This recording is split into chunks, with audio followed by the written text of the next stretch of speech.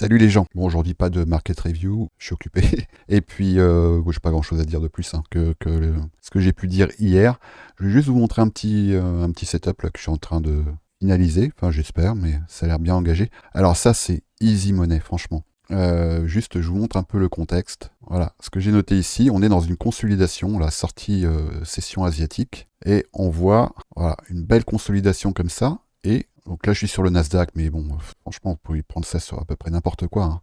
Je remets là ici. Voilà, on voit bien la session asiatique avec une consolidation autour du NDOG, New Day Opening Gap, donc celui d'hier. Donc on voit que le prix gravite autour. Et qu'est-ce qui s'est passé à 3 heures, un petit peu après? Alors j'ai bien attendu que le sommet de la session asiatique soit pris. Et là, sur le Nasdaq, moi j'y vais en mode gros bourrin. Pardon, là, ça attaque de partout. Et je suis allé sur du 15 secondes. Et j'ai bien fait parce que en une minute, j'aurais pas eu mon entrée. Et ça me permet de revenir sur ce concept dont je vous ai parlé. Donc voilà, ici, il est ici le sommet de la session asiatique. On voit que le prix est venu tag au-dessus. Et là, on a eu ici, regardez bien cette bougie. La voilà, el famoso fractal. Vous voyez, c'est le dernier moment, je compte pas celle-ci, hein, mais le dernier moment où on a une bougie qui n'a pas fait de plus haut ici. Vous voyez que là, on a plus haut, plus haut, plus haut, et là, on a un plus bas. Cette bougie-là, c'est mon repère.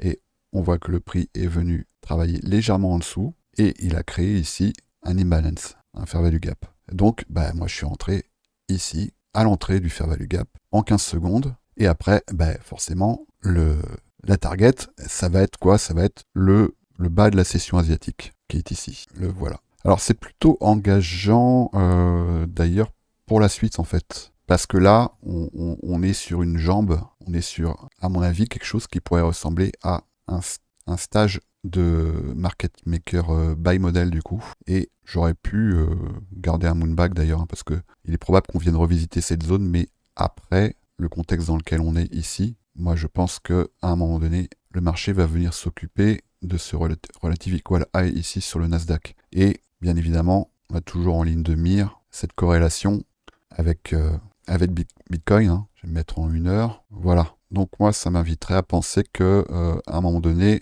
je pense que cette fameuse buy side qu'on a ici, aux 70 000 et quelques là, je pense que ça sera le prochain objectif. Mais il faut évidemment d'abord sortir. Là, on est mercredi, hein. Il faut évidemment d'abord sortir ceux qui se sont engagés sur la session asiatique sur le Nasdaq. C'est mon biais.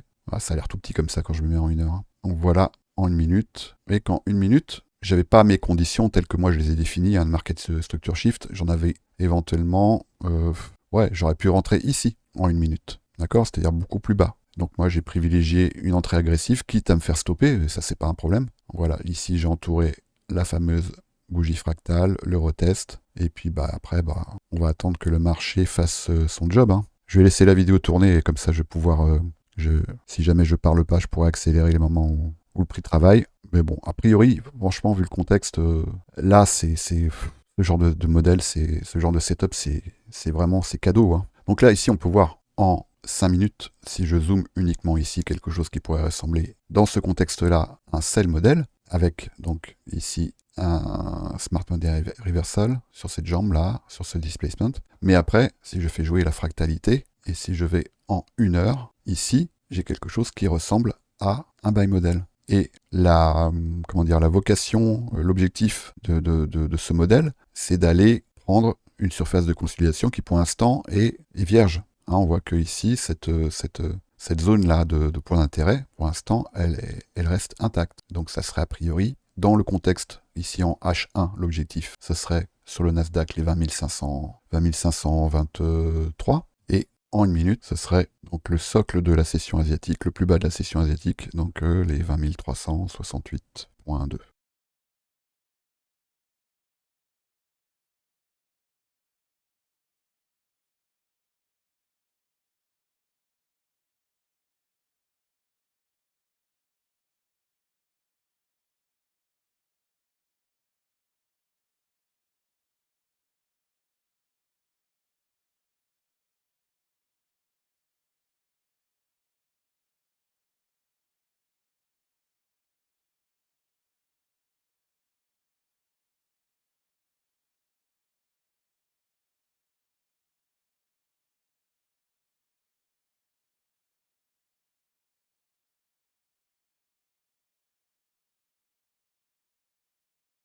Oum.